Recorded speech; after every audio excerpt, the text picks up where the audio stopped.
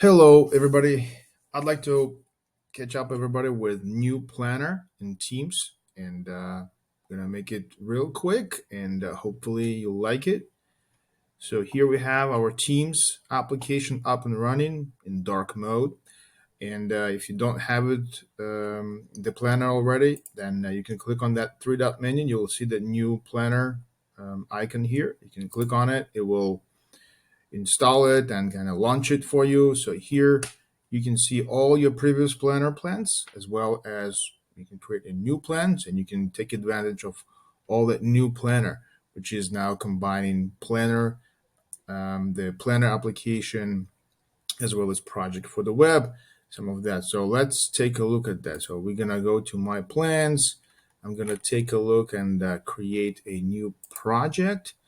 Create a new plan, and if you do the premium plan, you can see all kinds of new stuff with it. So I'm gonna call it a new premium YouTube plan. All right. So here we would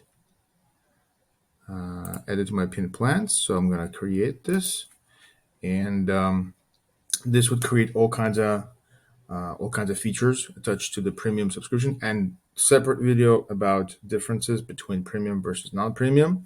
So here we go. We have a new project, and we can obviously create this new task and then create a summary task, and then maybe create a sub task, and you can make this all subordinate and things like that.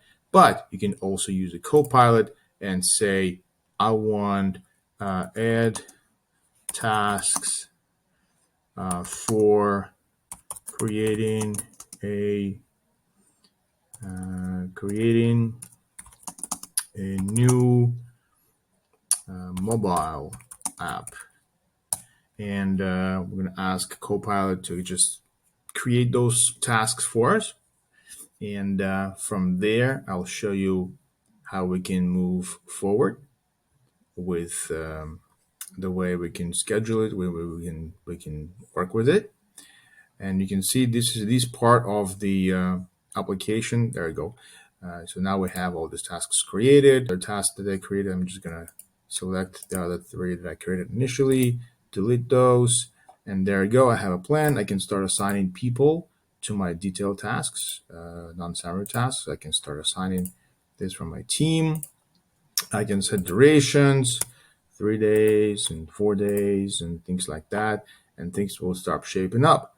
I can also set the baseline, right? Create the baseline, call this baseline 1, and there you go. I already have the baseline. I can use conditional formatting for the field duration. Say if duration is, say, 5 days, is less than 5 days, then I want it to be green, right? And if duration is, for example, is greater than or equal 5 days, I want it to be yellowish. So I can now see how this has an effect. So is less than, is greater, is more than or equal to 5 days. So it was a mistake. I'll fix that. So now it's green. And now if this is over 5 days, now that's going to be yellow, right? So here we go. So now we can look at this from the board perspective, switch this to the buckets. I want the buckets to be representing progress, and I can move things around into in progress very, very quickly. And I can make this as completed like this, or if I simply check box completed, this will automatically move it to a completed bucket.